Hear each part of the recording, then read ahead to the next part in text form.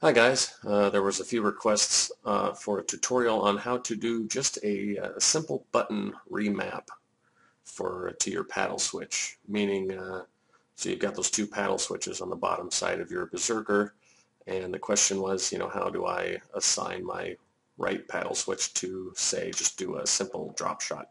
So we will run through that right now. The first thing we will do is add a new rune for XBOX One.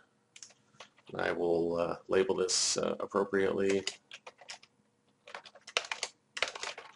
Let's say I'm in the standard button layout for like Call of Duty, so the B button is what would crouch or drop to the ground.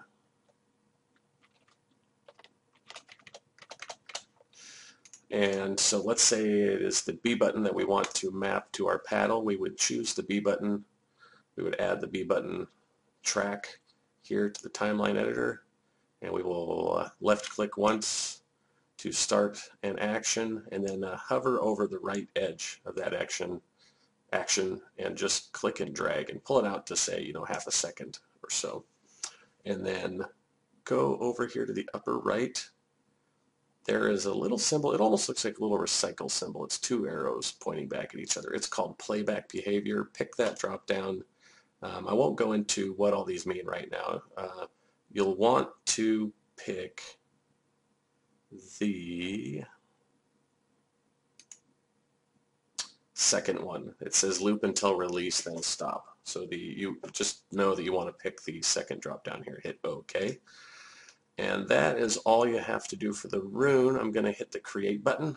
That will save the rune into my private rune library. And we will in the upper left corner, click on the little Viking Forge logo to bring us back to our home page. It'll remind me if I haven't already to save my work, but we just got done doing that, so we're okay. We can leave. Let's start a new rune pack.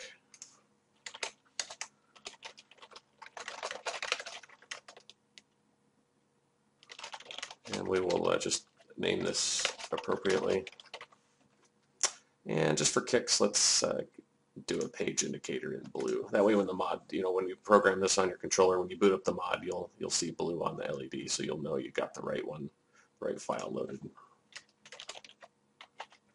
And basically the trick here is go down to the rune, pick that remapping B button, and for the playback button, let's say you want to map this to your right paddle switch. You'll pick button number 3. So just to review, your button number 1 is the top left tag switch. That's on the top left side of your controller. Button number 2, if you have paddle switches, will be the left paddle switch on the bottom. Number 3 is the switch on the top right.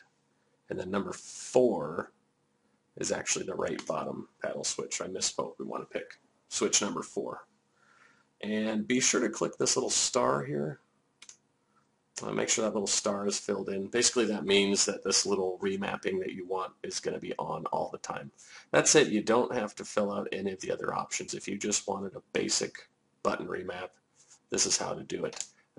This button remapping is more complicated than it was on Xbox 360, but again, the purpose for that is to give you guys total control. So there's a whole bunch of options here.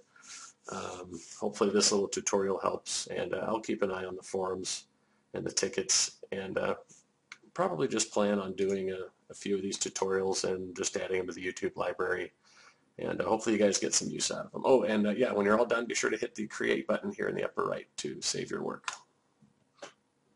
And that's it. Thanks.